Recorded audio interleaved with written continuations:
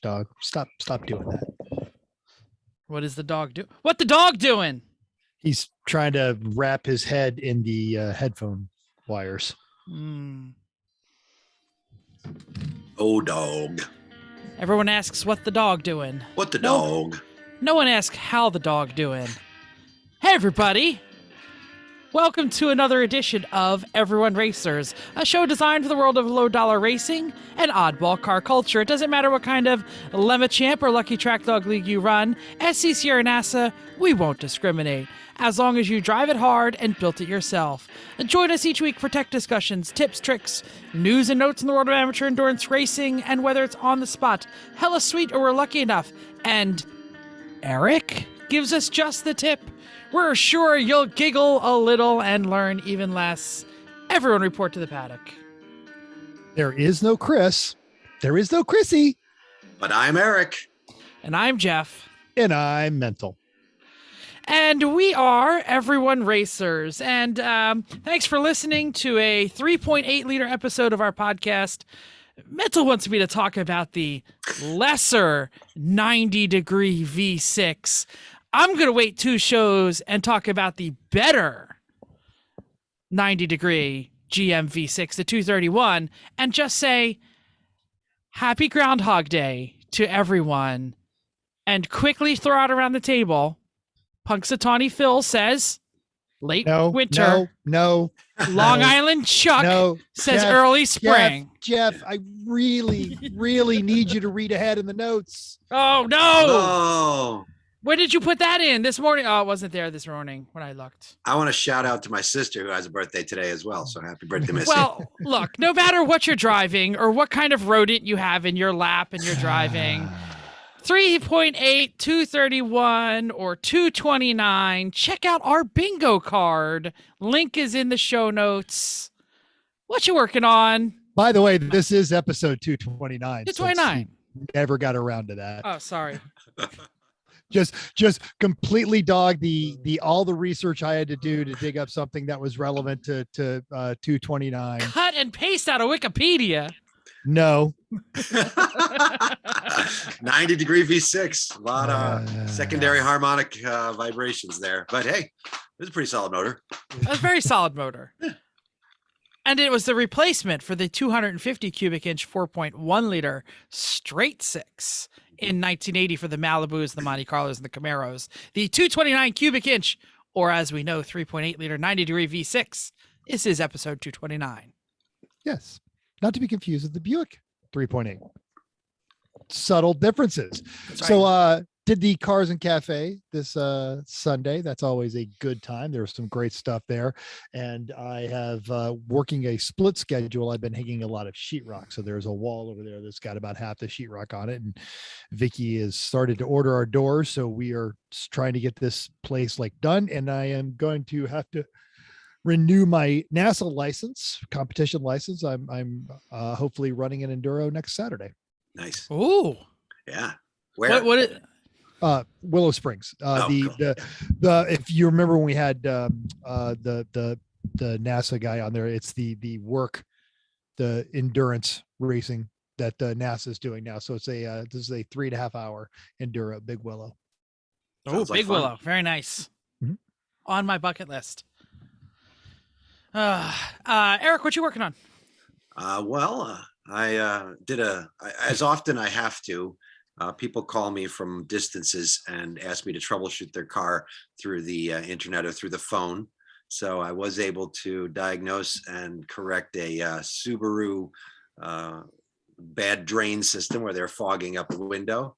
And I started disassembling the whole cowl assembly of my Cayman to get the last of the mouse chewed piece out and replace it all. So there's no hurry. It's snowing and icy and salty out there. So the car is just sitting. So all's good.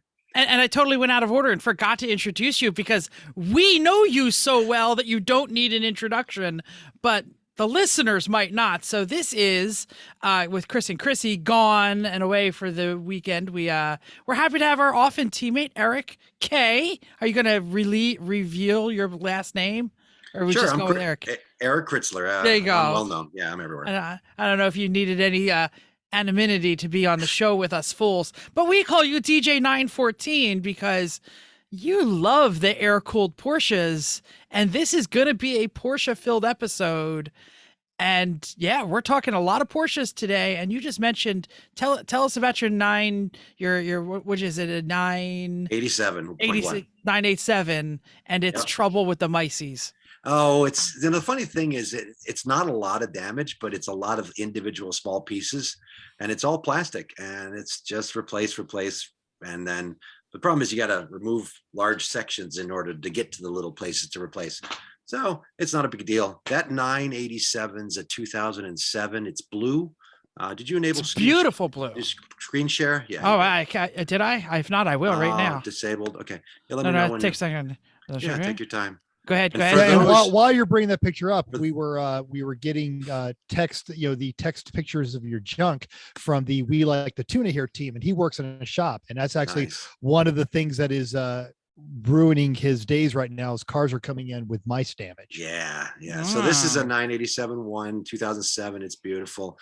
Cayman S, and picked it up about 6 years ago, and first thing I did when I drove that was say the automotive press is right. A Cayman is about almost the pinnacle of sports cars when it comes to just being enough power, great suspension, just a car that works with you. So lovely car. Jeff likes to refer to that as his future Porsche. My future Porsche, exactly. Yeah. We're going to talk about that later. It's on the list.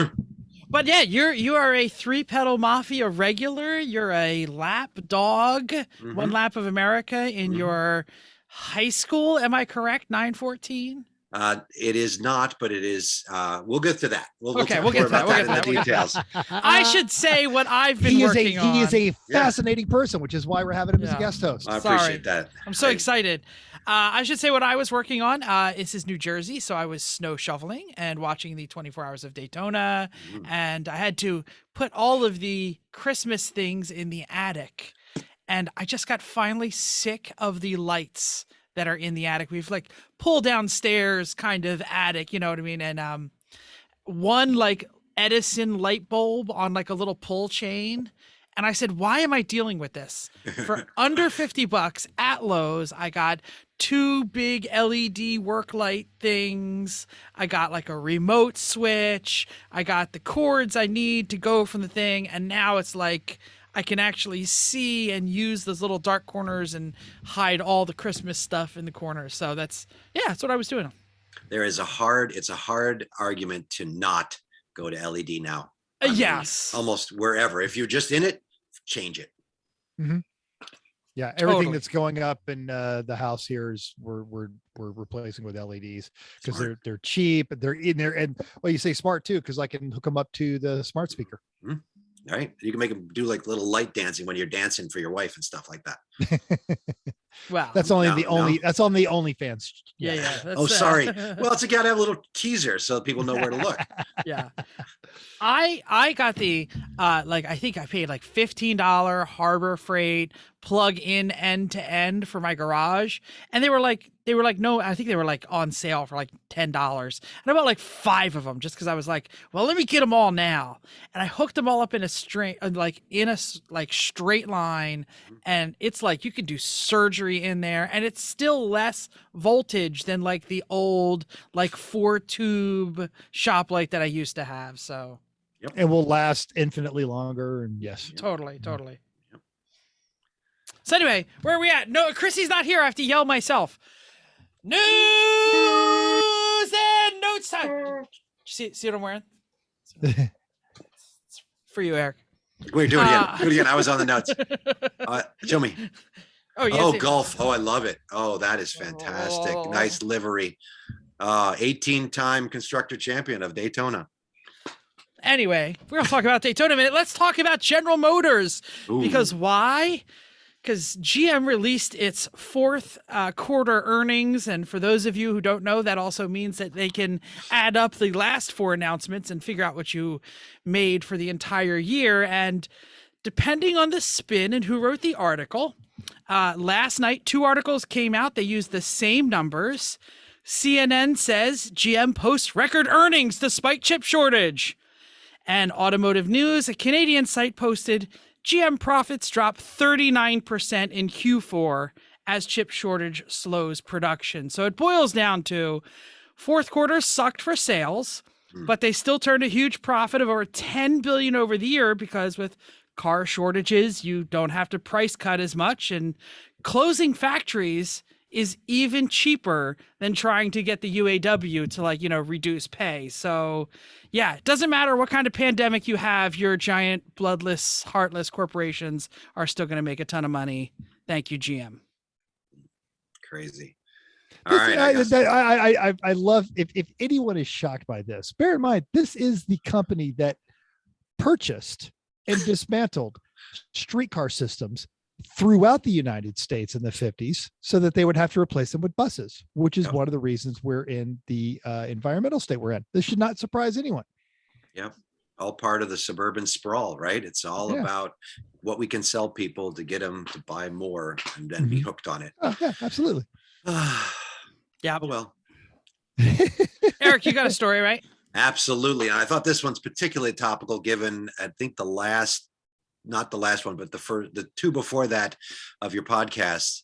So Tesla now has to recall 53,822. Yep. I like how they gave a specific number. It's a US follow-up vehicles. story. Yes, it is a follow-up. It's the scoop. I'm scooping it with the company's full self-driving software. And they're going to have to disable that so that it can no longer do the ill-fated, illegal rolling stops. And the New Jersey stop as it is. I totally paused. Anyway, there. I was like, we were watching Clueless earlier, and it just reminded me of that. And their Tesla, of course, downplays it and said there were no safety issues. But I've seen multiple different reports stating that it would occasionally slow down to only 6 miles per hour and then continue if clear. But Elon says it was 2. And since he's second richest guy ever, his word means more than mine. But nonetheless, this gets us back to that whole topic of who's responsible if your self-driving car breaks the law. And apparently Tesla's taking some responsibility here and making it not happen. It's going to be an issue that the lawyers are going to have to figure out when a self-driving car breaks the law or injures or kills someone. Yep. That's where we're at. And it won't be about what's right or wrong. It's going to be about where the money is. Now, in some slightly better news, if you go to literally every major automotive publication's masthead on their drop-in lead page is somebody's hot take of driving the new, I mean, it's been around for a while, but the second generation NSX Type R under the lights at Daytona. It was just after the 4-hour pilot challenge race and before the 24-hour. So IndyCar champion and Honda sponsored driver Ryan Eversley took a flock of new NSXs driven by lucky automotive journos at a track pace, quote, fast Honda, enough to get us excited, but not call us. Go ahead, Mental. Call us, Honda. We would have been there. In the middle of my quote. Sorry, go on. Jesus Christ, Jeff. We got to put that in the bingo. Chrissy's not here to interrupt. Jeff interrupts Mental. I mean, no, that was a great jump in, but man, this is. I thought I heard a comma. Go on. You did in the middle of a quote. Link to everyone's got them. Link to the Bradley Brownell article is in our show notes. The short version is the NSX is amazing. Jeff and I can attest to that. I haven't driven the Type R. Have you driven the Type R? No, it didn't exist when you and I drove it. In fact, they only made 230 of them. They're all spoken for. You can't have one. Bummer. I think honestly, you should at the end say that quote again. I think this one's it's a great quote. It's a great quote. It's go read the article. It's on Jalopnik's by Bradley Brownell. He's a friend of the show. Go for it. Mm-hmm. In other good news, recent email, John Colessa at AER, American Endurance Racing, has announced that if you have never raced with AER, first race is on them. They're going to give free entry to those who have never raced. Sadly, I think we've done it all. Us too. Eric, have you done an AER yet? I have not done AER yet. It's a good series. I really like AER. I wish the party was a little better in the paddock. A lot of people go home. A lot of people are a little too. I am serious racer, but yeah, I think he does good tracks, and I love the technology. So if you haven't tried it, try it. And there is still, like, Friday nights, they usually have the Rubens Racing Performance Barbecue and Garage. They usually have something, and somebody's usually got a nice beer selection. I mean, they have parties. It is a good time. Maybe they need me to show up there and give them a little bit more of a party. All right. I'll ask you, gentlemen, and if someone wants to share, check out what I saw on Racing Junk today. In honor of our guest host, Eric, I put Porsche in the for sale section of the old Racing Junk website, and I found this tremendously tasty 911. Someone want to share the screen so we can see it? What's going on? Yeah, it's just coming up a there little it comes. slow. Yeah, it's slow. We're all, yeah. Oh. So this is a $79,000, which is not that much money for a full race kit 911. It is a I should push it here so I can see. It's a twin turbo 2,100 pound car. It makes about 450 to 500 horsepower. I imagine if you start fiddling with the turbos on there, of course, it's got the full fiberglass bodywork, 93 RS America chassis, NASCAR cage, the whole 9 yards. Penske nitrogen shocks, which cost more than most of the cars we race. Yeah, this is air so jack, 964 is 964 chassis, which is good but not great, and then it's a 993 bodywork, which is beautiful, gorgeous car. And it says it was built for the 1998 Daytona 24 Hours at a cost of $225,000. Yeah, this could be yours for new Corvette money, right? Before the markup. Yeah. I this could be yours before used Corvette money, like last year's Corvette, if you got the thing. And this is what is so great about Racing Junk, is what a great place to just kill so much time and find wonderful, tasty things like this. Yes. There it is. All right. What's up next? Upcoming races. So Lemons has got their season opener down at Barber Motorsports Park in Birmingham. Our iRacing veteran Tyler Stank is currently still stuck in Atlanta, even though his bag has already made it ahead of him to Birmingham. He's trying to get down there. A whole bunch of the regulars, and it's a shame. This is the first time I have missed this race since 2014. I have been to every one of them that they have held, so I miss it.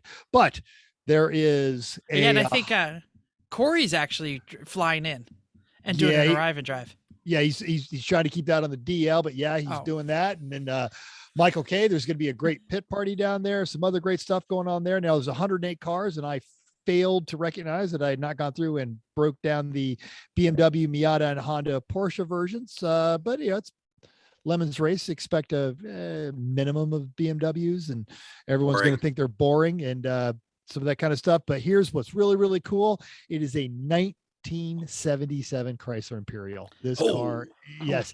And I've seen snippets of this one on Facebook. It is amazing. Is that a new build? I don't remember a Chrysler Imperial before. This is going to be its debut, and there's some other great stuff that's going to be showing up down there. It should be a great time. Wow. Well, on our iRacing, I was discussing with the boys, no matter what you see hanging below the overpass, do not pull over and tell the track workers that some lady is hanging herself. Yeah. It's only art. It's only art. And there is so much art. It is, you can't keep track of how much art is at that place, and it changes every time. Yeah. So Champ Car, it will be at Road Atlanta. This is the end of the season, beginning of the season leapfrog, because Lemons ends at Road Atlanta and Champ Car ends at Barber. So anyway, they'll be at Road Atlanta this weekend. 61 cars, 17 BMWs. Boring. It's been a while since we've been able to do that. 18 Miatas, 2 Hondas, 3 Porsches, and thanks to Mental for doing the research, an 04 Lotus Elise. Wow. I'm not questioning Champ Car. Bill Strong is a friend of ours, and we've met Champ. And in fact, I'll be running at least one, if not two, Champ Car events this year. I would love to see that thing fell on the vehicle performance indicator scale. Yeah, because for those of you who have never done Champ, they basically give every chassis a starting number for points, and then Mhm. your modifications change the amount of points it has. So if you're bringing a new chassis like a Lotus Elise, somebody's got to basically guess where it's going to start.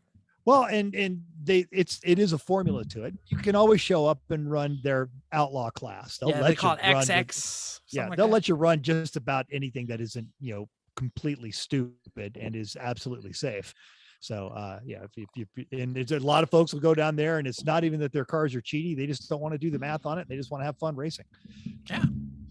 Awesome. Recent results. This is the opening for most of the major sanctioned bodies. So Yeah. no amateur results. Let's talk about the best race at the Daytona Speedway every year. The 24 hour. So I'm going to read it. Didn't watch it. I hanging sheetrock, man. I'm doing stuff. So they ran last weekend, and of course, if you've ever been to the 24, a spectator's fist may have ended in a collision with a luxury mammal's chin. There are always fights in the paddock. They start drinking on Thursday, and of course, you're in Daytona, Florida. Dadgummit.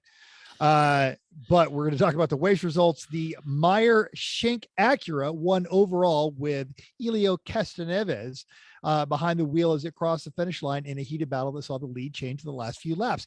There is a recap of this on racingjunk.com. So apparently the Meyer Shank is tied in with our media partners. Real action, of course, that I did see on the Slack channel everybody was talking about was in GTD Pro.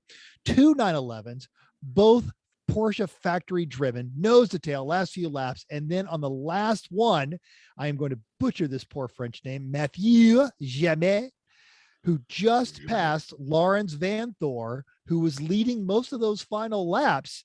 Van Thor went deep, nearly collected them. Both went into the grass. Van Thor spun ahead and ended up in third.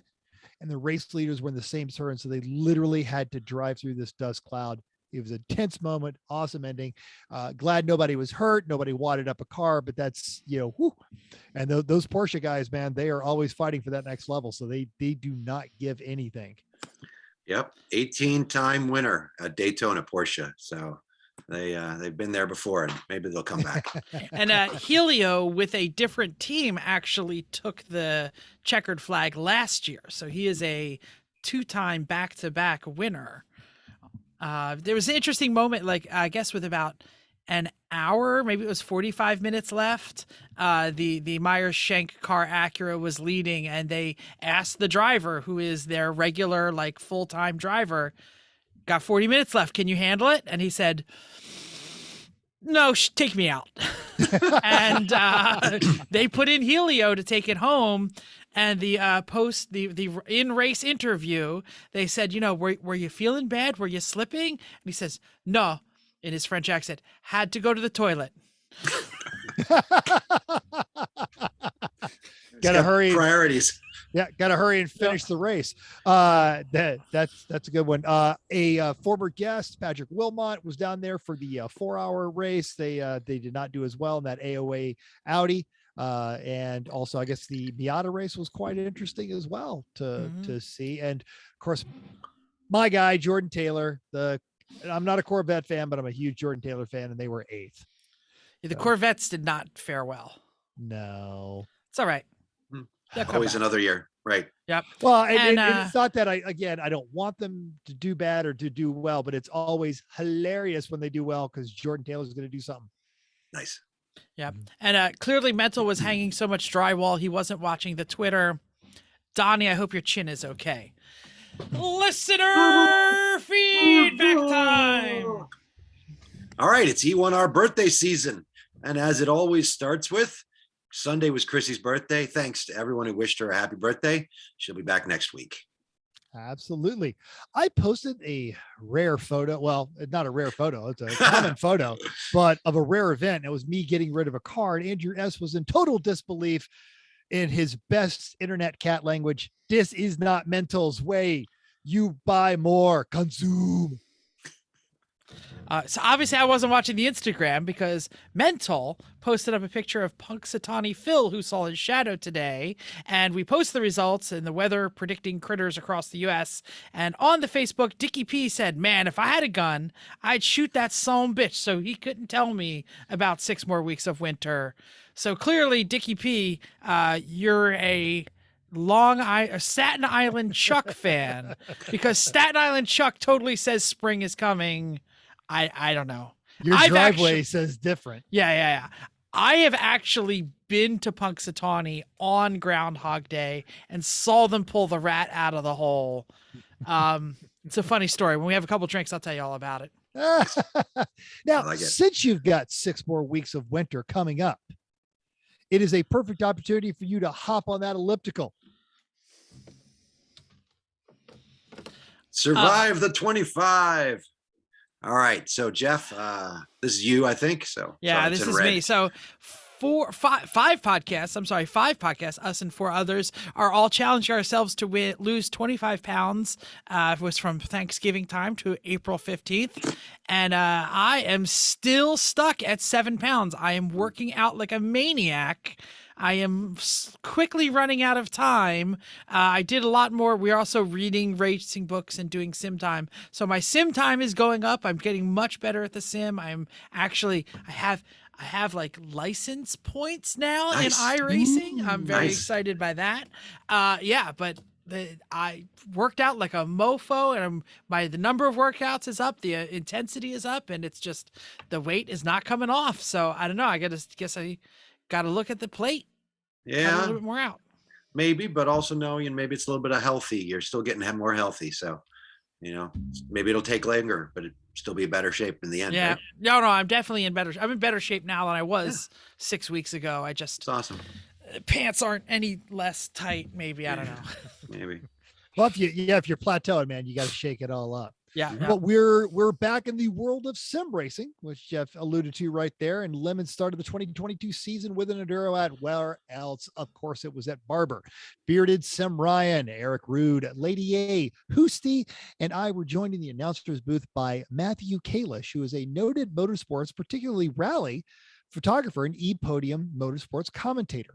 Nice. 30 of those cars started. Yeah, he actually showed us a picture of the only, and it was a real Dodge Caliber factory built rally car. Still campaigns up in the Pacific Northwest. Yes. So 30 cars started. All the Smiths managed to cross the line first, but Lady A deliberately let a last minute pass get around her so she could get that true win in our randomly chosen number 23. And then a quick jaunt over to Irwindale for the winged figure 8. Wartburger Thief Aaron literally led this from pole to pole, except for like one brief time. But the real winner was Eric Hesser in 13th. The next Lemons Race iRacing event is February 19th. That's a Saturday. Okay, It'll be an endurance at Sonoma, followed by a brief banger cross at Phoenix. We also iRaced on a Monday, just like we always do. Yeah, I finally got back to it. I had taken me weeks to try to sort out my problem with my 2010 Fanatec GT2 wheel, and now I'm back. Yes. Yep. We did Daytona, of course, and Tyler won one of the races, and Dave won the other race. A lot of the same usual crew, including that's where Corey told me that he was going to be at Barber. So I don't know. All right. Well, no, he was mentioned to me. He was trying to keep on the DL. I know it might have been just in the lead up to it, trying not to be around anyone so he wouldn't catch the Rona. Oh, that could be. All 12 of our listeners, keep it to yourself. All right. Well, and 8 of them are at Barber anyway. So, that's true. That's true. All right. Out of those 8 listeners, Eric, do you know who was the first? I think someone who maybe deserves a shout out. So to that, I'm going to say hi to Chrissy's mom. Hello, Chrissy's mom. Good. We know Chrissy's not here, but we appreciate you listening. That's right. She probably is not listening this week. At least listening far enough in to realize Chrissy's not in this one. So I feel like she might just out of habit. She might. That we'll know next week because we'll get it mentioned. Eric, you've been a partaker in the Chrissy's mom's cookies. Oh, what's your favorite? Wow. Snickerdoodle probably, although that one chocolate chip we had at what was that? New Hampshire was to die for. Oh, and the peanut butter moon pies. The peanut butter ones. Yeah, anything with peanut butter. I can't have any of them now. I need a minute. I need a minute. Take a minute. Yes. All right. Well, let's get on to the main topic. Main topic time. Yeah, we're here talking about Porsches tonight. We've got Porsche expert. I should say, how about this longtime Porsche owner who has owned multiple. Let's give him enthusiast. Varieties. I feel like he's an enthusiast. You know, I think he doesn't buy them to be pretentious. He buys them because he loves them. Yeah, I think I may be an aficionado. Oh, I like that. Okay. Now, your name's Roger. My name's Roger too. Two Rogers don't make a right. Now, if I had a 1976 914-6, I would not be a wanker. I would be a connoisseur. Exactly. That's right. Anyway, I love that movie. That's a great movie. Yeah. So we're here to talk about 914s, 911s, current Porsches, air-cooled, water-cooled, one lap. We might even talk trombone. I'm not sure. Whatever. As we can see behind you that we have some music gear floating around. That got there like how many channels is that mixer over there? 32. 32.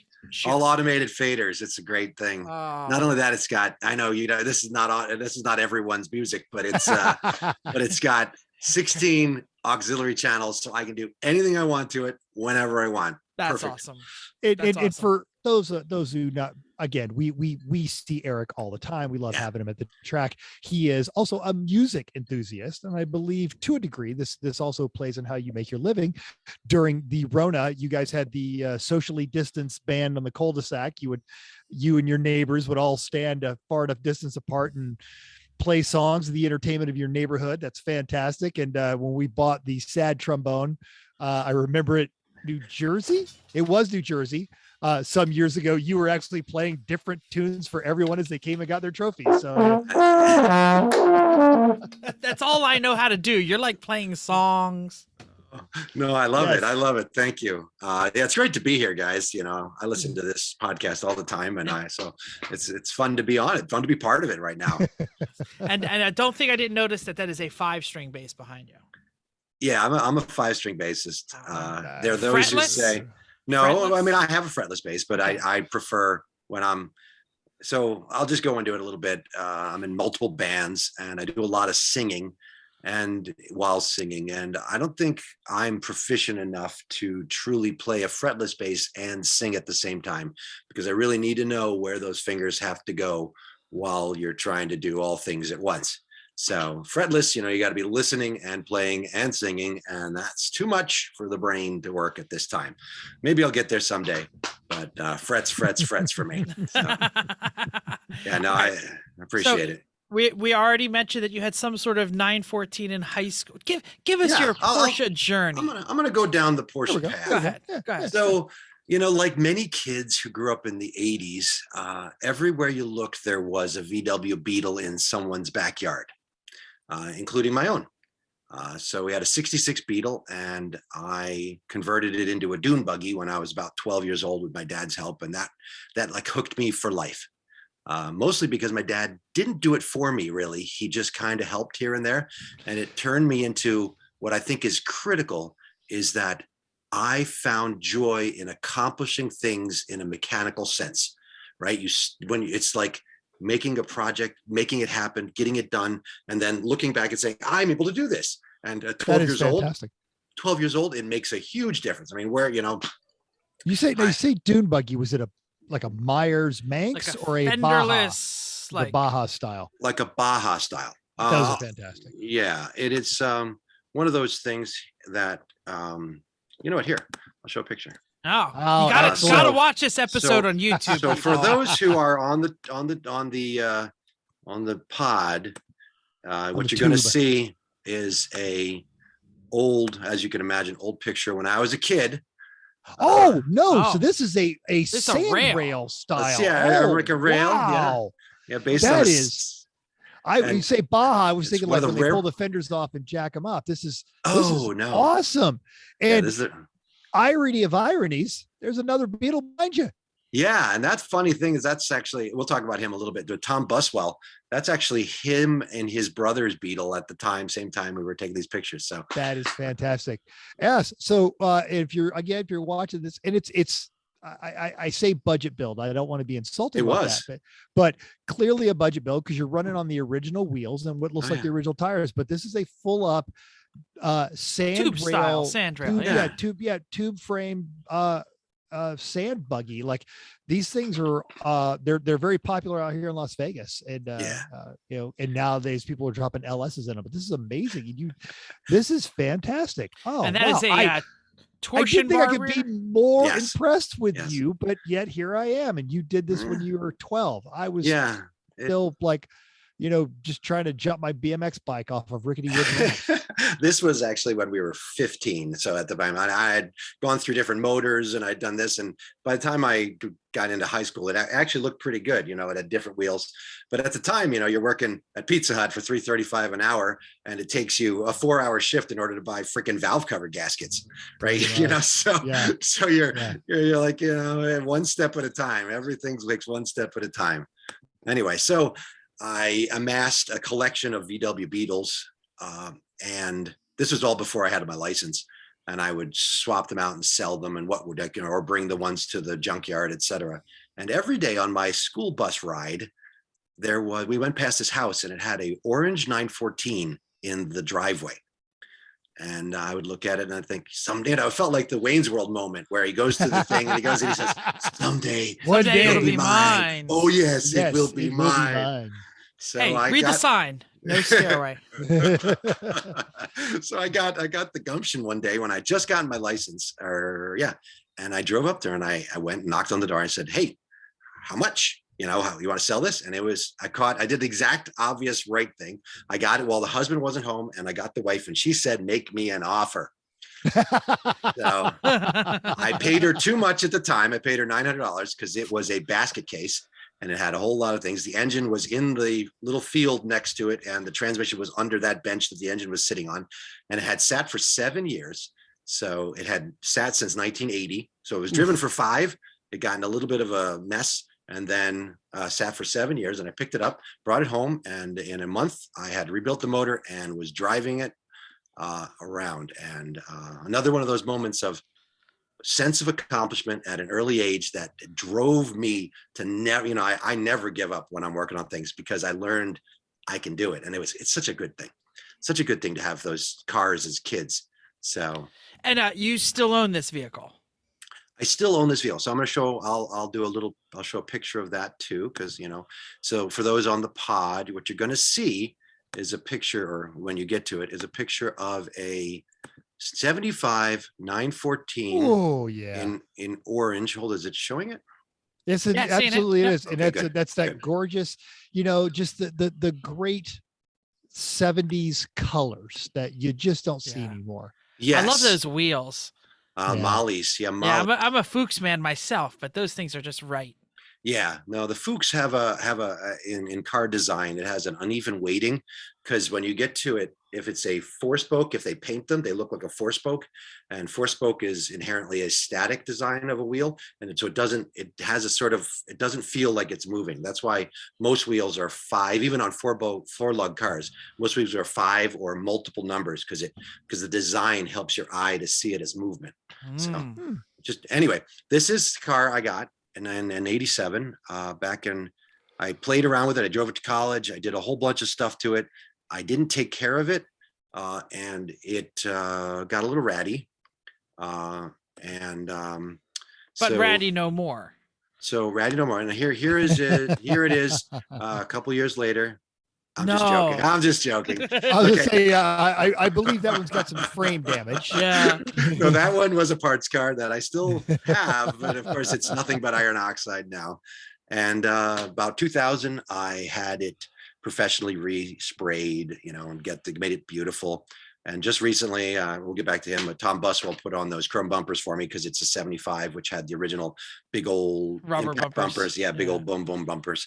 And I like this better. It's prettier and it's lighter. And go for pretty these days. Outstanding. So- And that's not your only 914 because you had some a calendar that just. We'll talk about that. We'll talk about that in a second. So I'll get there. I'm sorry. I don't mean to. I just figured we'll. No, keep going. This is literally what Jeff and I do every week. So yeah, no, correct me. It's totally fine. So that one I started DE in, and DE in a 914. The engine's slightly modified, so it's about 84 massive German horsepower. Look out. I know, but it's a hell of a momentum car. When the Miatas are pulling you on the straights, you're in Oh trouble. yeah. No, and I got really good Porsche Club DE where I was, in the second realm of, no longer green. So I was white, and I was frustrated because I would annihilate people in corners and then they would pass me and then they would be in my way again for the next corner. And it's that common thing you get when you have a low power momentum car that is nicely balanced and you know what to do with. Then I said, it's time. I got to step it up. I got to get something else, something that's a little bit more power. And it was 2006, late 2006. And I saved up money and I was able to, very lucky for me, pick up a 993, a black 993. Oh yeah. That now I need a minute. Yeah, I know that feeling. I love that car. And of course I picked it up in 2007 when it wasn't stupid money, right? It wasn't stupid money. And heck, even 964s were going for 10 grand less than that. So, today, with all the crazy cool tax resto mods with those 964s, Singer and all, those are just stupid money. Stupid money. What track is that? VIR. VIR. See, I'm looking at. I knew I should have recognized it. All right, fantastic. VIR. I only recognized it because it said it on the screen. If you haven't been to VIR, go this year. We're going this year. It's a fantastic. On the track. list. It is everything. That track has everything. You name it, it's got it. It really, and it's, and we say this 1,000 times, but there are just those old tracks that were not designed with a computer. They were just designed, and there's a feel to them that you cannot replicate. And it's Mid Ohio, Road America, and West Glen, and Road Atlanta, and of course VIR. Yeah. So so that's where my Porsche arc ended into air cools. And that's probably it for me for air cooled, unless I somehow win the lottery and buy myself a 356, which I'd love to buy. I'd love to, but I can't see spending the money. Although I will talk a little bit about that at the end, because investment in cars right now is a fascinating, real thing. It's almost better with the numbers historically in the last year to buy a expensive car than what you're getting in your 401k. So, and we're all going to retire, but where's the market going to go? How do you tell the wife that? You can't. No. If you could show, I know past performance doesn't equal future, but it's something to talk about. It is definitely something to talk about. Sadly, I think we missed the train on some of the big money. Yeah. Well, you didn't on the 993. It's not big money. If it were a turbo, it'd be big money. Sure. Or an S, but I wish, but still it's doubled since. Well, it's beautiful. I've been in the right seat, and it's butter. It's just so nice. It's choice. Everything you want. Yeah, absolutely. Okay, so go ahead. I'm sorry, go ahead. Ask me questions. Sorry. No, I was gonna say, you were DEing. Let's talk about other track things. Tell us about your track life. So I spent about 10 years DEing, many tracks a year, just doing that. And it was a lot of fun. But I thought I'll never get into real racing. It seems to, I can't accept the concept that someone would hit my car in the middle of a train, right? You have to accept, if you're racing, you have to accept that car may go away. Could go lost, yep. Right, and fiscally and emotionally, and I forget that. So my partner in crime, I guess you call him, Tom Buswell, he and I had been talking since we were in college about doing a thing called One Lap of America. One Lap of America is sort of like the grown-up version of the Cannonball Run. Sure. It's it was founded by Brock Yates. It's the Yep. spiritual successor. Still Yep. run by Brock Yates Jr. Absolutely. Yep. And we had been talking about that forever.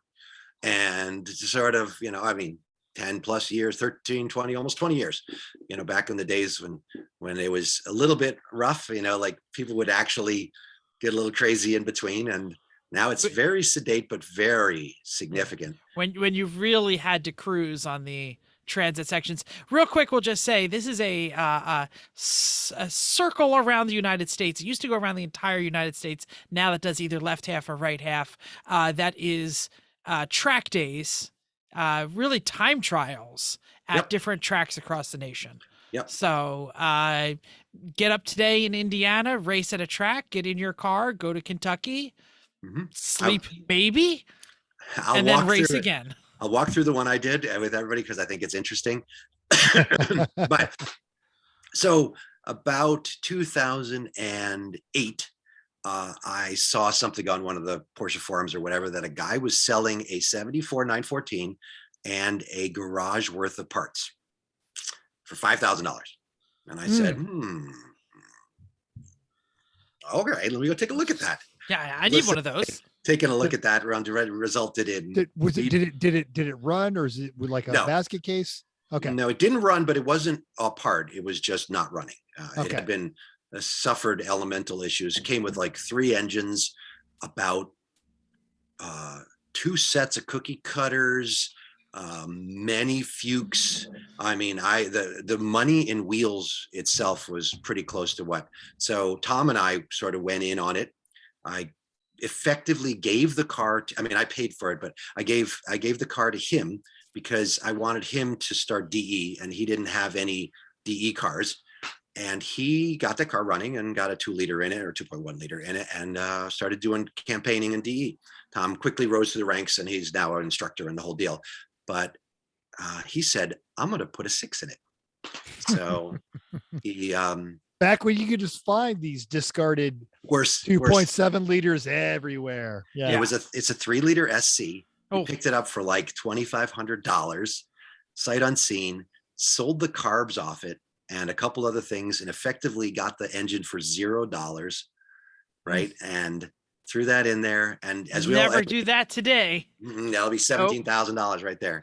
Oh yeah, there is a oh god. So I want to say there's a 2.7 liter that keeps popping up in my Facebook Marketplace, and I want to say that one is well into the teens. Even a 2.7, the worst of them all. I mean, even they're good, but it's the worst of them all. But the great thing about 3 liters SC motors is that, honestly, I think hard to disagree that they are 300,000 mile motors, right? They're so solid.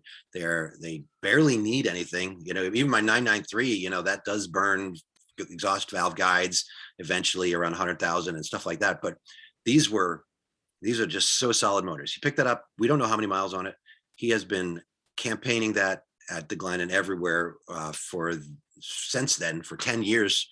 And we said, this is it. We have the car. We're going to do 1 lap. So in 2016, we didn't know what we were doing. I mean, we knew what we were doing, but we don't know, you only know so much. And we signed up for 1 lap and did 1 lap. And here's the car at Palmer. This is the silver one, right? This is it. Yeah. Yeah. So now what you're seeing here is obviously a very well done silver 914-6. It's got the GT flares. It's got steel. It's got the front rear spoiler, gorgeous wheels on there. But I'm going to cheat, and I love that it is sitting in the rain in a gravel parking lot, dirt. In the dirt, because, and I'm jumping ahead just a tick.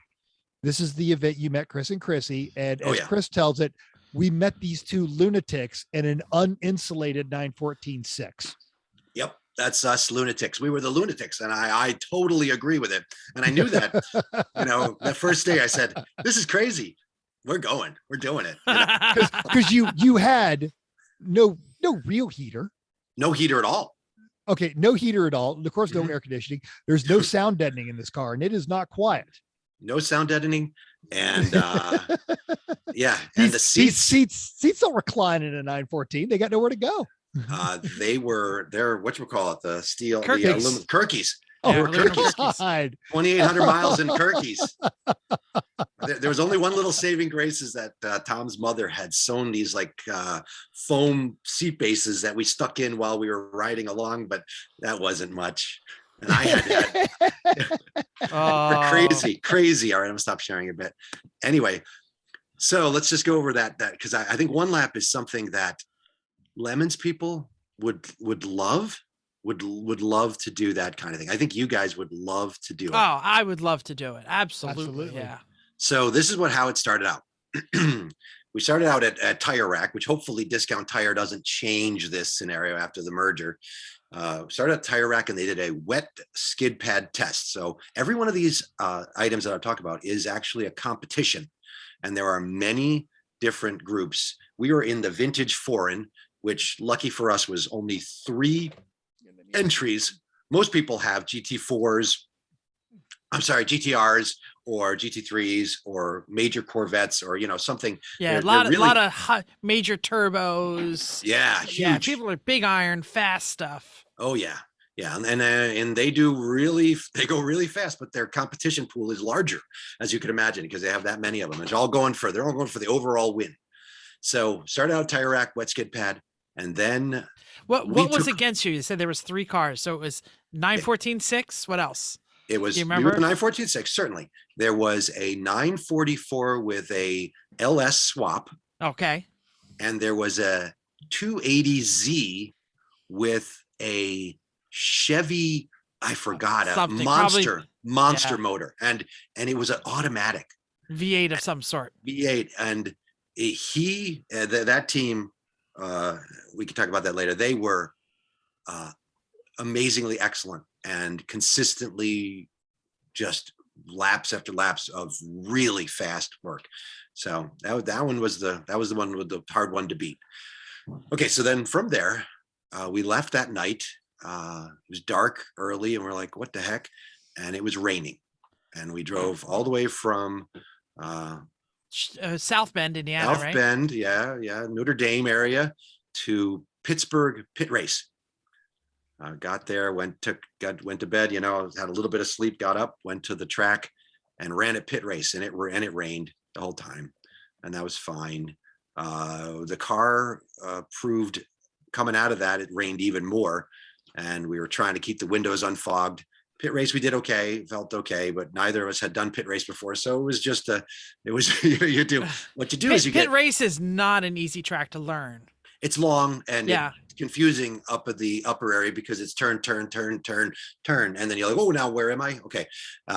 You definitely lose track of where you are for a minute if you don't know how many lefts are coming or how many rights are coming. So the way that the one lap does it is they give you 1 lap to orient yourself, and then you run 2 laps at race speed to see what you got. 2 flying laps. 2 flying laps, right? Yep. And then and the fastest lap is what is counted for your points. That's correct. So so we did that one. That was fine. Tom took that one. I had not yet driven that car on a track. So to me, I was like, okay, where am I going to go? So I said, okay, I'll do Palmer. I don't know what Palmer was like. I didn't know enough. I looked it up. I saw the track map. I read it. I did all those things. You watched the YouTube, So we drove all the way from Pittsburgh to Palmer, which was hundreds and hundreds of miles, getting there late. Where is Palmer for those who may not be? Massachusetts, but it's like Western Mass, yeah, right? It is Western Mass. It's in the Berkshires, but it is not a short ride. And all the while, the 914's leaking out of the side seals, and for probably a couple hundred miles, I held up cups to catch the water as it was coming in, so that I could just dump it out. No heat. It was freaking freezing. I had little jackets, but because what the hell? I didn't think ahead. First time I was called the lap puppy. They said you're the lap puppy because it's your first time. So we get to Palmer. It's pouring rain. And Tom's like, okay, it's your turn. I drive around Palmer. And if you've never been to Palmer is a track surrounded by boulders. Yes. No runoff area. No right? runoff. No runoff. And holy moly. So there I am, first time in driving this car, trying to learn this car in the rain at Palmer. There are literally rivers running down at an angle to the straight, right? So it's not like you're going to hit it and it's straight on. You're hitting it and it's an angle where the river's gone. So even more unsettling. Now, for our listeners who might be uninitiated, 914 is actually a mid-engine car. The engine sits directly behind the driver. Now, mid-engine cars are fantastically balanced, but when they come loose, you're reduced to passenger status, and you're just there until they are done spinning. It's a low polar moment of inertia, which is fantastic because it turns well, but it turns well. All right. So that was an 8-hour and 50-minute drive, and it 558 miles plus tolls. So you paid for that. That's awesome. We paid. Yeah, we paid for the abuse. I love it. So on my first lap, I'm coming up around and I spin it. I spin it on track. And I'm like, well, I didn't hit anything. This is your untimed lap because this was my time. Oh, your lap. first time lap. Yeah. Okay. And the good thing is the other person came behind me was like, they let him out like 3 minutes later or something. So I didn't have to worry about somebody coming around this corner and smacking into me. But I got it, and then that was the worst of my event the whole time, right? That was I hit rock bottom, and everything from there was so much better. And I'm bearing the lead, I guess, on that one. So Palmer, we're done. We drive back. It's still raining. That picture you saw of it sitting there in that gravel pit, that was where everybody was. We were in a gravel park, jumping through puddles to try to get to our cars, trying to stay a little bit dry, but not succeeding. Get out of Palmer, drive to Summit Point. I knew Summit. I've driven Summit many times. Tom's like, I know Summit too. And he's like, I'm going to drive this one because at the time we had said, we'll each take a track because you have morning and afternoon sessions because you get to do it twice and then do the tracks. And since he had more experience, he said, he's going to hit Summit. And that was good. Smart. Tom's a better driver than me and he would have done better. And he did better at Summit. So that's saying something because we've seen you wheel. You're good. Yeah. That's a 436 miles, 7 hours and 6 minutes. Yeah. So in a loud 914, and I'll say this about the 914. On Kirkies. The 914 is louder on the intake than it is on the exhaust. I'll say so. So holy moly, it's so loud. We put a radio in it, but there's really no point. So get to Summit, do great, and it stops raining. And we're like, oh, thank God, it's a little bit warmer. We're no longer bailing out the car and all those good things. Get out of Summit, happy with our results in Summit. The first two were, but Summit was okay. We were looking at various things, and we head 600 miles or something to NCM. 600 miles. So that basically heads west. Corvette magazine. Yeah, head west in through West Virginia. We're putzing along at a common 85, 90 miles an hour when a bunch of the other guys, including the guys who does Gas Monkey Garage in his Mustang with a huge motor, flies by at 150, I would say. 605 miles, according to the Googles. 605. Thank you. And 150. So I was driving. Tom's like, So I did some very high, typical for like a mental West Coast in a Mercedes numbers, but very rare, very rare for me ever driving that fast on public roads. And I did for a while, but that car is not like Bentel's car. Unlike Bentel's car, is not a high-speed cruiser. That is point and squirt, small, short wheelbase. Not meant for cruising. And Chris and Chrissy will laugh at me because they got out at NCM of their air-conditioned luxury car. Yeah. And they're like, that's nice. Let's go do a little something. That's the highlighting the difference of your mentality, which is a lot more in line with Jeff and I versus Chris. You and your buddy decided, you know what? It's now or never. We've always wanted to do one lap of America. What do we got? Oh, this 914.6. Let's do it. Yeah. Chris decided, He wanted to do one lap of America, and he looked at the classifications, and he looked at the cars were doing well, and he thought, well, I wouldn't want to be in one of those. Wouldn't want to be in one of those. Oh, okay. Here's my classification. Luxury This will do well. sedan. That sounds nice. This will do fantastic. And of these available luxury sedans, what would be the best choice for the amount of money? Okay, so well, yes, the most amount of horsepower I can get is a 6.3. Oh, the CLS. This is a wonderful car, and it seems to be somewhat P03 or the P30 option, of course, limited slip, and blah, blah. And then okay, I have now decided I will buy this car out of a list of 5 that I've reduced to this choice, and I will now then find the best one of these in the United States, which he did. It just happened to be just up the road from him, and they purchased this one to go off and do one lap of America while you and your buddy are like, yeah, I got a couple Cokes, man, grab a bag of chips, let's do this. So he did it very well, and he smartly did it. I would say I would not trade what I did ever, but doing it again, we're not going to do it. We're probably not going to do it in the 914. We're probably doing one of our Caymans or something, and it'll be so different. Anyway, yes. Got to NCM. Tom and I at that point said, you know what, this is not working. Let's split up. He'll do morning and I'll do afternoon, and something. So of course he does NCM track, and I get in, and of course it rains for my session. It hadn't been raining, and it rains for my session. You got all the rain. Yeah. I was like, and everyone's laughing at me, because this is the second time. I mean, the third time you've driven, and now it's raining again. So God bless you. So anyway, it was fun. NCM didn't have time to see the Corvette Museum, which I was sad about, but we had to press on and do 540 miles, I believe, straight north to get to Road America.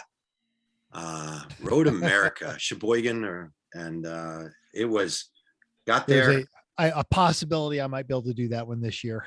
That is one of my 3 remaining bucket tracks. It's a bucket track. It's not as good as VIR, because it has all these mega straights and then some weird stuff, but it is a great track. And so I highly recommend it. Get to Road America. I will back up a little that by this time we had certainly become friends with Chris and Chrissy, which we originally met them at Pittsburgh. And then sort of they realized that we were insane, which meant we were a little like them. And we became good. We were kind of running with them in caravan style on the way there, et cetera, to Road America. And I'd like to mention that the reason they decided that you would be friends is one of you was doing old Greg quotes. Yeah, that was me. I'm old Greg. Drink a shoe full of Baileys. Yeah. Yeah. No, You like great. my place? It has all the nice things. I'm making watercolors for you. My messed up man pots. I showed you my messed up man part. Yeah. Anyway. Road America. Go on. Road America, did that one. By that time, we were actually looking okay. We weren't going to hit first, but the 944 with the LS started having issues. So he wasn't doing great, but he wasn't doing. We were trying to beat him, with points and all that stuff, and so we were feeling, we're running for second, trying to get to second place. So worked really hard at Road America, did well, was happy with that result, got out of there. And at the same time, and I think you guys mentioned it a couple pods ago, the Toyota team, we also became friends with the Toyota team. Yeah, the guys in the van, right? Well, the van, but also the, what was the car? It was Was it Solara? No, it was the big one, the big luxury Toyota. Avalon. Yeah, they had an Avalon, and you're asking why an Avalon? They're like, because it was the only car that Toyota had that they didn't want back, right? They let us work on it. They let us do whatever we wanted to, put a cage in it. So these are all engineers from Toyota, and they were a lot of fun. So out of Road America, we're leaving, we're heading down, and we stop at the Brat Stop, which is this place. Famous place outside of Road Brat Stop. Yeah. Oh, it's great. And I still thank Toyota that they picked up the whole tab. So to me, that was like a fantastic moment of, minor thing, but thank you, Toyota. Thank you guys. If ever they hear this, I thank them, but it's good to really make a point of it. So that was fun. We had great, I think that was the first time I actually drank anything, alcohol for the whole time. Cause the whole deal. You got to stay sober if you're driving to Kirky for 600 miles a day. Well, Yes. Because it's not like you're going to be rested anywhere you go. Right. Well, I apologize. There's one thing else in there. We went before the broad stop. We went to the Great Lakes Dragway. And this was a fantastic moment of time. Tom, being the effective owner of the car at the time, and the guy who bid, I said, "You're driving it. I am not drag racing this car for fear I'm going to break it." Right. And this is a stock 901 transmission, which is something that not the good one. Not a high torque one. Yeah. Right. Not something, it would be the same one that a 914.6 would have, Yeah. but not a 3-liter 914.6. That would have been they would have put in like a G50 or a 915 or something like that. But we didn't do that. And Tom, it was bracket drag racing, and Tom posted a 13.9, which is That's pretty fast. Pretty good for that little car. Yeah. Yeah. And so I think he said 14. So, and he bracket after bracket after brackets just kept pulling people out and winning. And Wow. I'm up there on the bleachers freaking out because I've rebuilt those transmissions. I know that first gear comes out and here's the gear, and all you see is the gears nothing meshing. holding the other end, right? That drive shaft doesn't have two bearings holding it. It just has one. And I'm thinking, oh, this is going to happen. And we're getting down to the last, it's for second place. And we're getting down to the last, well, not the last one, but for second place. And he's like, I'm feeling this a little slower. I'm going to put a 14.1 and in my bracket number. And he blows out and we end up with third place. But for that little 914.6, third place on a freaking dragway. He added a 10th and then didn't slow himself down. I think he thought he was, and honestly, he was so consistent, and just the same thing over and over and over again. Very impressive. And he was beating people with automatic challengers. Like how hard is it? Put the pedal down, and you Camaro. Go. Right. An automatic Camaro is the easiest thing to bracket drag race anywhere. Yeah. So kudos to him. But there's video of me. You could just hear me as I'm videotaping it. Like, oh, like he's gonna, and then Chrissy's like laughing at me for my nervousness of him actually, surviving this event.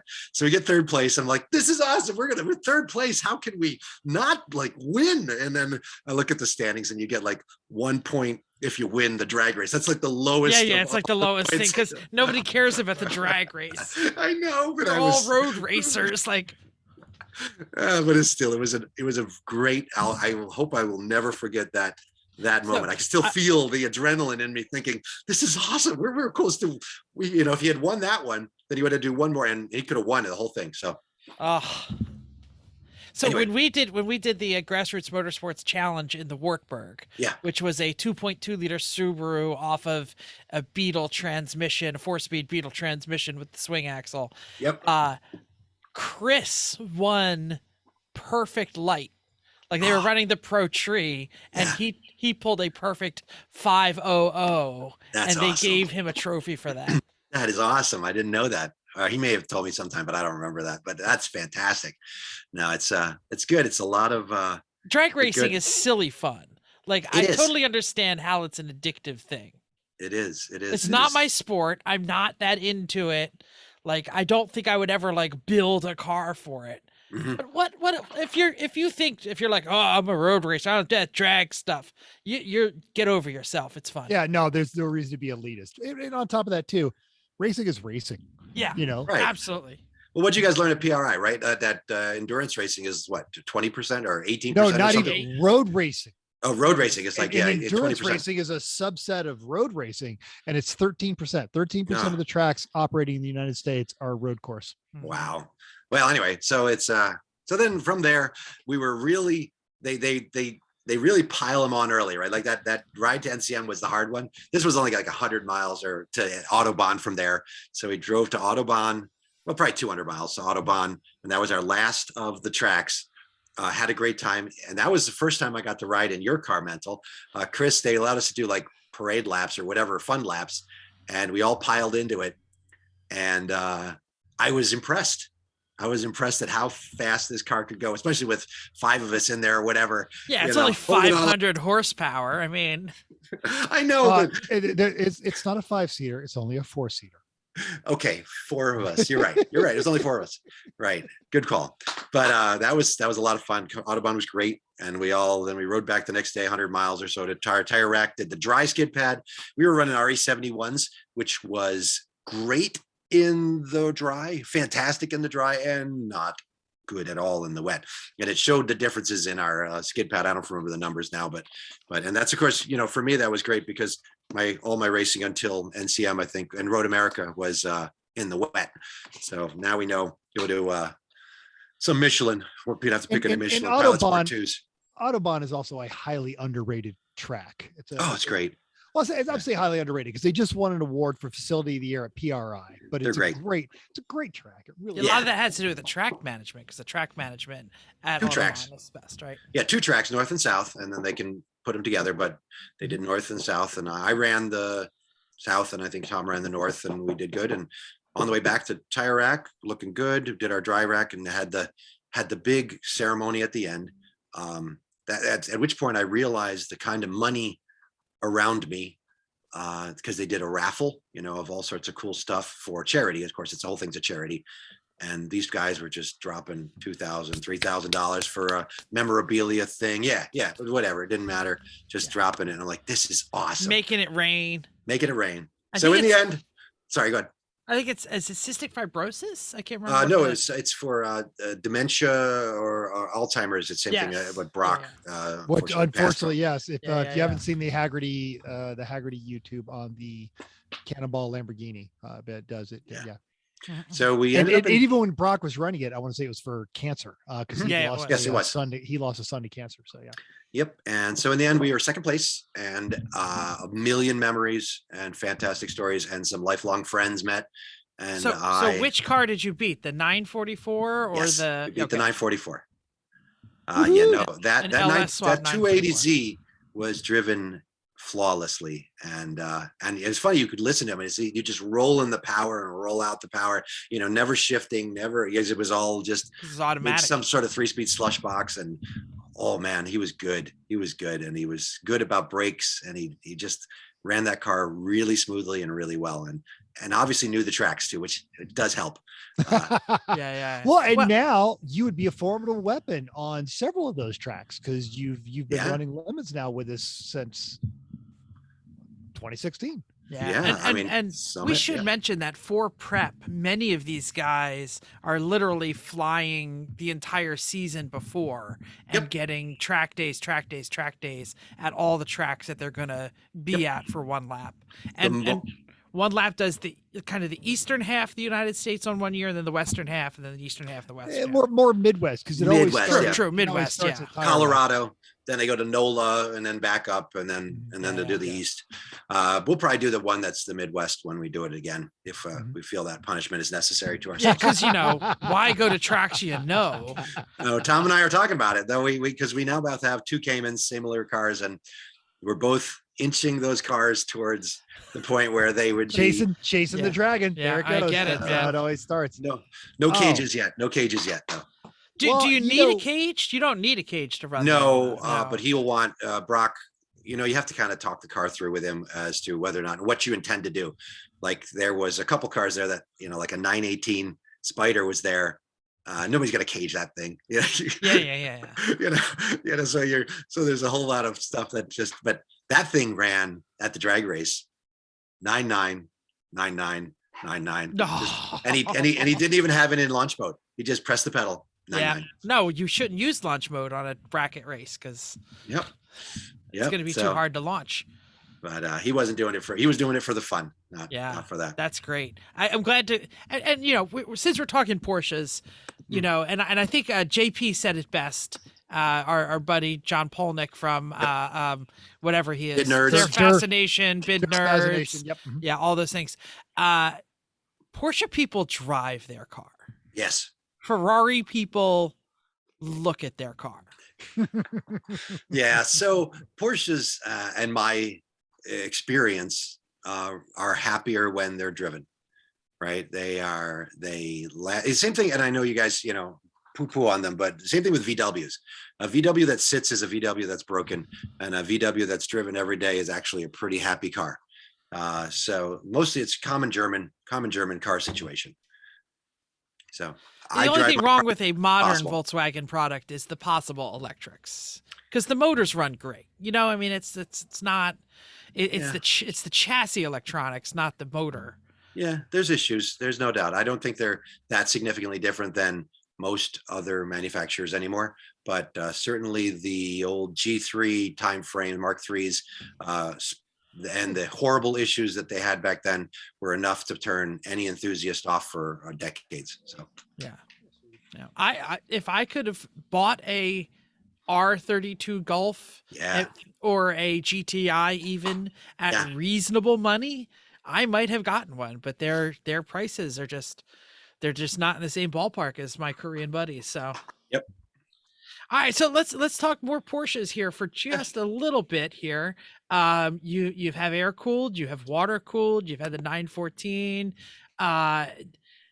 No love for the 944s, 928s.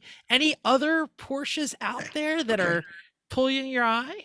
So I attempted to buy a 944 S2, a 91, late 91, late last year, and the guy kind of cut off when I didn't give the money he wanted, and that's fine. It wasn't worth the money he was asking, so it will be worth the money he was asking in 2 years, but by then I would have to, take care of it for 2 years and store it and all that stuff. So and you're not going to store it; you're going to drive it. Yeah. So I would love a 91 S2. I love that high wing in the back, that only 1 year. I would do a 968 as well. Would do that, double the price or so. Just coming in for. When I was looking at Racing Junk, there was a 968 that I was actually going to put up there. Because that's my great. Well, you know what? This is really leading into our next segment. Okay. So maybe we should just jump right in it. And we don't have Chrissy here. The safety professional is not here. We like all doing stupid things. Before we lean into that, because you came at this with a family environment that encouraged you to wrench and to learn and to do things. Yeah. And Jeff, we talked about your grandfather helped you, but there are a lot of folks out there that are coming to this with no mechanical background into adulthood. Yep. What would be if someone is listening to this and they're not racing, but they're thinking about it, but if they just wanted to start dipping a toe in there, what's the one thing that someone, even in their 20s, could start meddling with that won't break their heart or the bank and would get them down the path that you've been blessed enough, your words, to go all the way through this? Because this has been fascinating, and I love that you built that dune buggy. But the joke I tell, and it's not a joke, when I was 17, my dad came home and I had the hood up on my car, and he said, "What is the matter with it?" And I said, "Nothing. He cut me off." He said, "Then put the hood down." And so I didn't start wrenching until I was in my 20s. Yeah, I hear you. So that's a great question. I'm always a proponent of buy a car that will need something, because the moment you start fixing the problems that it has, you feel a total different feeling about that car. It is no longer something that you're afraid of. It is something that you own. You own it. And I mean, own it like, you have responsibility for not just, you are able to be part of its destiny and its path, right? I would say for Porsches, it worked for me. The money is different. The money is different today, but I still think a 914 is a fantastic place to get into Porsches right now. Yes, it's harder. The Type 4 motors used to be a $200 rebuild, and now it's a $4,000, $5,000 rebuild. All that's true, but inflation, life, everything, you're not going to get lower than that. 944 is also a great place to be. 944s are a little harder in that the plastic bits are harder to replace in the interior and stuff like that, as you imagine the 1980s and plastics, right? That is a reality of life. Whereas the previous 70s plastics were you can easily replace them with a vinyl or something, right? You don't need to have a blow molded thing that you have to figure out where to get it from. So either of those two cars, I highly recommend. If you want a wrench, they're open. Yes, I know a 914 is a pain in the butt to do some things to, but it's not as hard as it seems. Oh, right? Yeah, the panel opens. You get your both arms in there and work on it, and no problem. Yeah, changing the alternator sucks, right? It sucks. I agree, but it's actually about a 2-hour job to pull the motor. The motor and trans come out the bottom.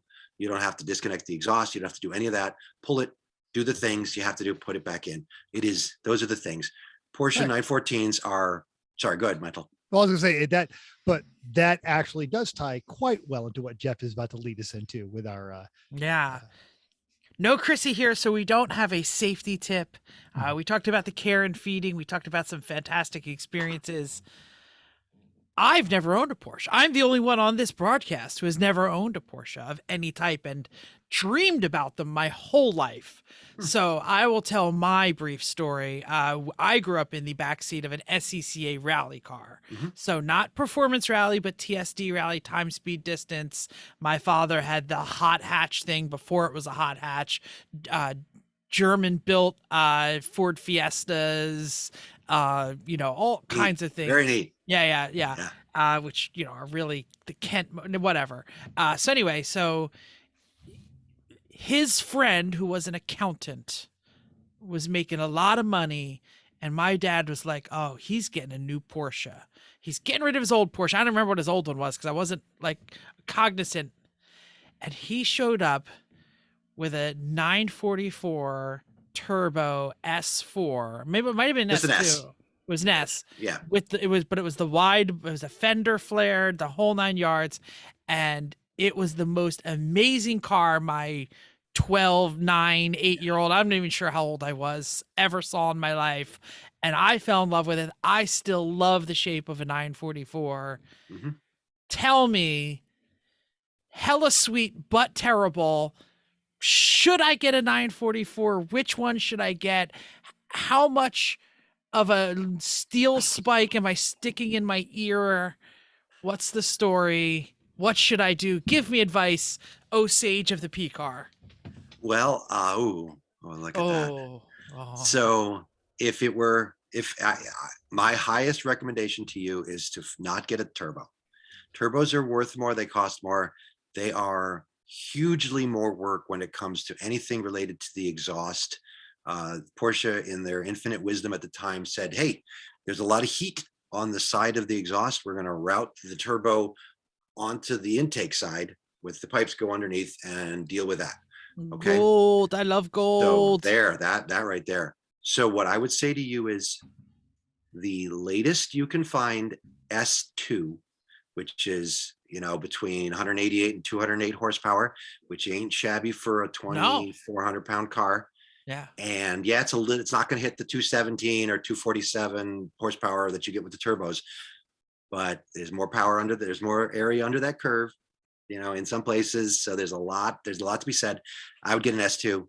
I would say do it soon and buy the best possible one you can afford. I've had two 924s. I haven't scratched the 944 itch. I don't want the performance one. I want the 84. I want the early. Yeah. I just like the looks of them. I like the simplicity of them. Yeah. If you're going to do that, I would recommend getting the late 84s and later, because the 83, 84 was, there's a bit of, I can't find those parts anymore type stuff, because it was, very early, rare crossover years, harder. The way the windshield's put in, the way all that stuff is a little different. But if you're digging in, it may be worth it, and you can always find a parts car. Mental will always find a parts car, I'm sure. In the Vegas speaking area. Of parts car, Mental, why don't you tell us about your current situation? I don't have any parts cars. No, 920, but tell us about your 928s. Yeah. Well, everyone saw in the inner tubes that I'd bought the parts 928, and it is now completely chopped up and is no more. I've got some glass laying around my garage that'll probably go up for sale. I've got the side panels that ideally will be hanging in JP studio here, not too Nice. much longer. And I think Eric, you've expressed some interest. I got to dig through what I have and some other Whatever. bits that'll go on to some collectors. And yeah, it's me trying to solve this transmission problem as cheaply as possible, because that advice that everyone says about buy the nicest one you can afford, I never do. I always buy the cheapest one I can find. It's just how I do things. Yeah. We totally forgot to mention that is the only 914 that is the only Porsche part I own right there. Ravenna green. That's a beautiful car. Yeah. Those are early green. It's beautiful. Absolutely. So, okay. So if you owned, well, I should say, give some advice to Mental. He's currently got all these parts and a 928. Mental, what is your goal with your 928? Track car? You don't know. It was a stupid good deal, and I'm having fun fooling around with it. That's an 8-valve. Mm-hmm. Yeah. 4.7 liter. The 16 valve. I mean, two valve. First, yeah, but it's not the quad cam. It's not the super horsepower one. 80. The first year, the 83. Oh, nice. Okay. So it's got the little wing on the back. No. So it was the S in Europe, and they had two different models. And then when they brought the 4.7 liter to the US, they just called them all S's. Okay. So it's a 4.5. No, 4.7. That's the year they upgraded. Okay. Yeah. Okay. Gotcha. And you're going to retro in the transmission from the one you took apart?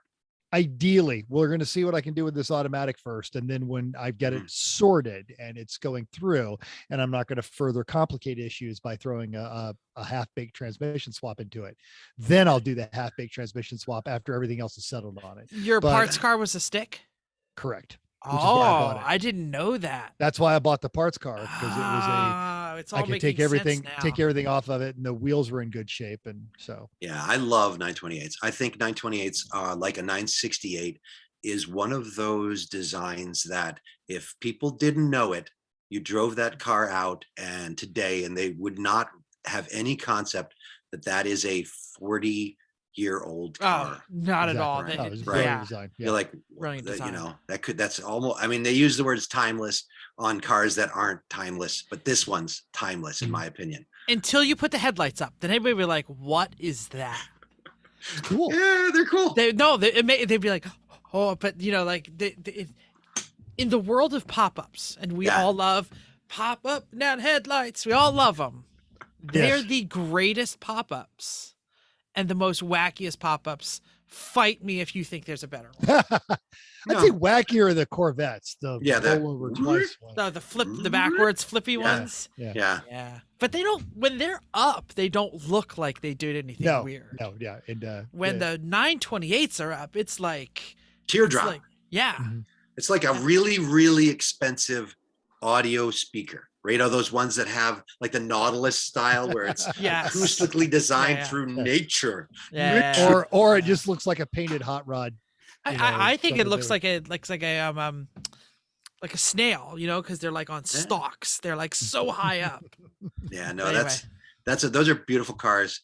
I think the thing that plagues them is electrical, because they had so much redundancy in the wiring, and it was such a complicated car prior to computers that you have wires everywhere, and that is and maybe you'll never accept, live with the fact that you'll never get your damn glove box light to work or something like that, and that's fine. But it's I love those cars, and they are solid cars with their they suffered from what many Porsches did, except for the 911, which was they got cheap and people didn't care for them properly. Correct. And which is what's wrong with the 944 markets right now. Yeah. Some idiot solid car. Yeah, say solid car. As someone who just chopped one up, yes, there is double gauge steel everywhere. Yeah. No, but I mean, like, the front suspension is well built. It doesn't have any major issues. The Visoc rear axle is fantastic. It doesn't have any major issues. No. Everything about it is a pretty solid car for longevity, and it, like your Mercedes, is happy at 148 miles an hour. Yeah, it's a GT. It's a Grand Tourer. Absolutely. But it's a Grand Tourer from the 80s, which means it's not a heavy, big, fat pig Yeah. like a Grand Tourer would be today. Not that your car's a pig. You know what I mean? Oh no, my car. I just had to explain to someone the other day that the Mercedes is a 4,600-pound car. Yeah. Wow. And they're like, what? That thing's that fast? I'm like, yeah, that's why it's so cool. But on the subject of Grand Tours, though, Eric, you've mentioned your desire for a GT4, which is it's basically the GT3 in the Cayman.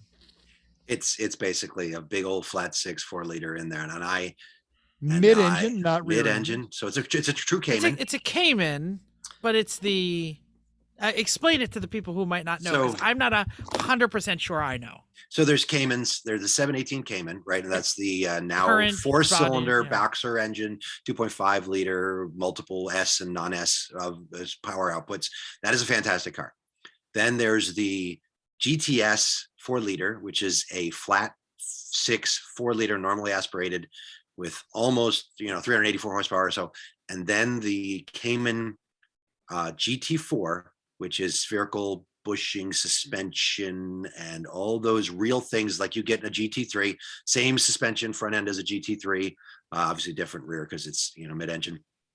But that concept, it's got adjustable anti-roll bars. It's got all the things, and it has a 4-liter normally aspirated for that revs to like 400 horsepower, right? Almost 414 or something like that. Horsepower. 414. Yeah, and that's crazy. Revs to like 400 RPM and sings like the 3 tenors, or pick a 4th tenor. Well, and it's a derivative of the GT3 motor, which revs to the 9,000, and they've already solved all those problems. They solved those problems. It is a beautiful car, and the reason why I'm considering it is because right now, if you can get one close to, and this is the problem, getting it anywhere near MSRP, you can drive it for 10, 20,000 miles and sell it for more than you paid for. But Porsche is it's like buying a Rolex. You're not going to walk into a Rolex dealer and say, I would like a Daytona.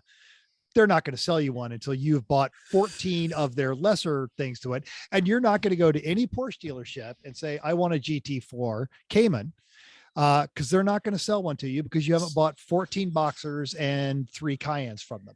So you say that, but that doesn't appear to be the case. You could buy one that somebody has already. What you can't get is the GT4 RS. Which just came out. That there's a waiting list for multiple years. That is out there. Porsche is not unlike Ferrari. Porsche is building as many of them as they can within their model designators in the factories.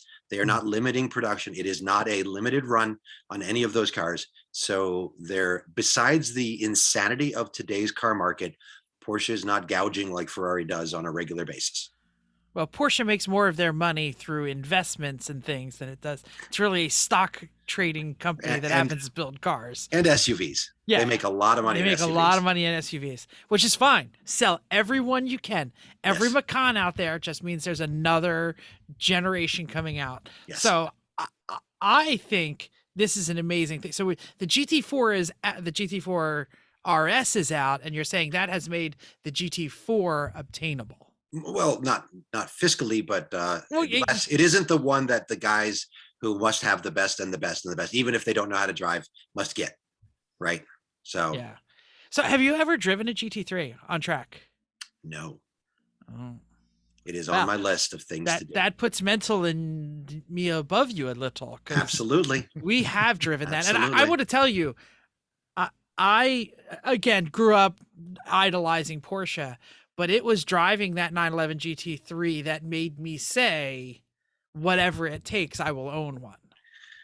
Because that car was 300 horsepower less than the big Lamborghini, and I could still make that thing go around that track faster. Yeah. That thing was amazing. I believe after, like I said, when I bought my Cayman, I said the hype was real.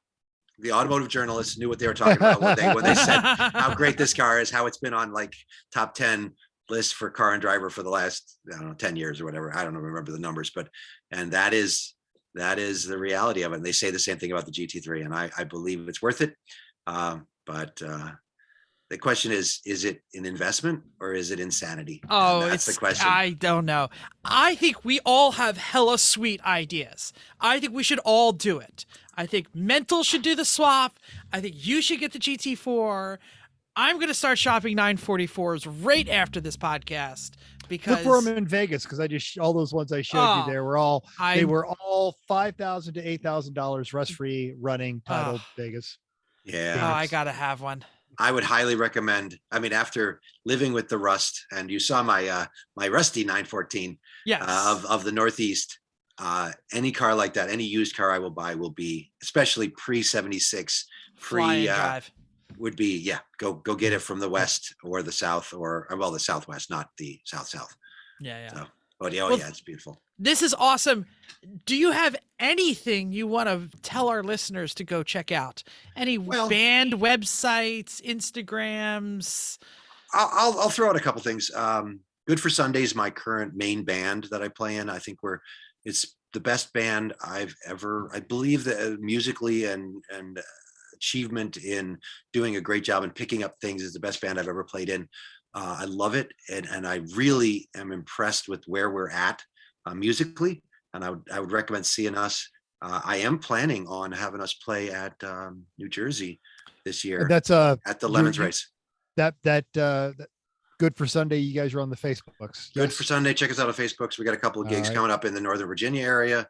But like I said, I'm probably going to try to. Right now, my guys say yes to playing at New Jersey in June, so that'll be interesting. Fantastic. Awesome. We'll have the link to that in our show notes. Yeah, other than that, I have a production company in which I do short films, mostly narrative films, and we're award-winning short films called Cup O Meat Productions.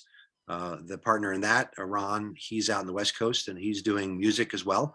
So it's some neat stuff. And so check that out, Cup of Meat Productions on YouTube. You can see any of our like 28, 30 short films. Neat stuff. It's, I love it. But anyway, good times. But so thanks guys for this. Thanks for letting me be on and co-host. Yeah, this is seriously, awesome. And this was relatively short notice, but thank you for coming out. Thank you. And if you guys don't like one last thing, we'll throw Eric under the bus on this one. If you don't like Eric, and you should, bear in mind also he fosters soon to be seeing eye and help dogs. So yeah. It's a good person all the way around. Yeah. Is that? Thank you. Here, raise them. You raise them. Here's the question: how much are you doing? How much are your girls doing? So this is a really good question. Because this my is daughter, a girl's project, my 15-year-old, my 15-year-old really dug in, and she's doing a huge amount. We're really proud of her. She's doing a huge amount. My wife does the most because she's home with the dog all day, that kind of thing. But I'm third. That's great. That's great because responsibility. This is a family project. This is to teach the girls the responsibility and to give them some service, and that's amazing. And I almost took one home the other day. Not one of yours, one of my other friends. Yeah. Because it failed out of the program and it was cute. So our guide dog is getting placed, so we are successful in that. So congrats. Guide dog, and happy to that. Now we have a new one for America's Vet Dogs, and if you want to give money to those organizations, I recommend, because they do great work. There you go. Well, thank you for downloading Mental. Do we have any idea what we're doing next week? Nah, we'll figure something Figure out. Maybe Eric will be back. Who knows? Yeah, really, yeah. Whatever you guys want. Ooh, you know what we could do? We could trade in the two Chris and Chrissy for two Erics. We'll get rude. It'll be fantastic. There you go. Let's do that. Two Erics.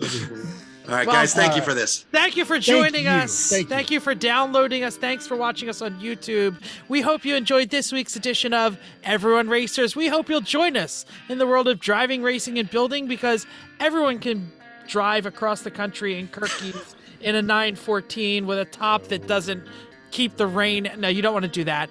But what you want to do is subscribe to our podcast. It's totally free. Then go to iTunes, give us a 5-star rating. If you're watching on the YouTube, smash the like button. Smash the like button. Follow us. Mention us in the comments, questions, anything you want to do. If you have any questions, drop a comment on our Facebook page, Everyone Racers. Email us at everyone.racers@gmail.com. You can still text pictures of your junk. 484-243-0455. Instagram, Twitter, everyone.racers. Reddit, TikTok. /E1R. I didn't post on TikTok. I only post on TikTok when I'm at the track. Oh, you did? I missed it. Thanks again, and until next week, Keep the shiny side up and keep those fooks down.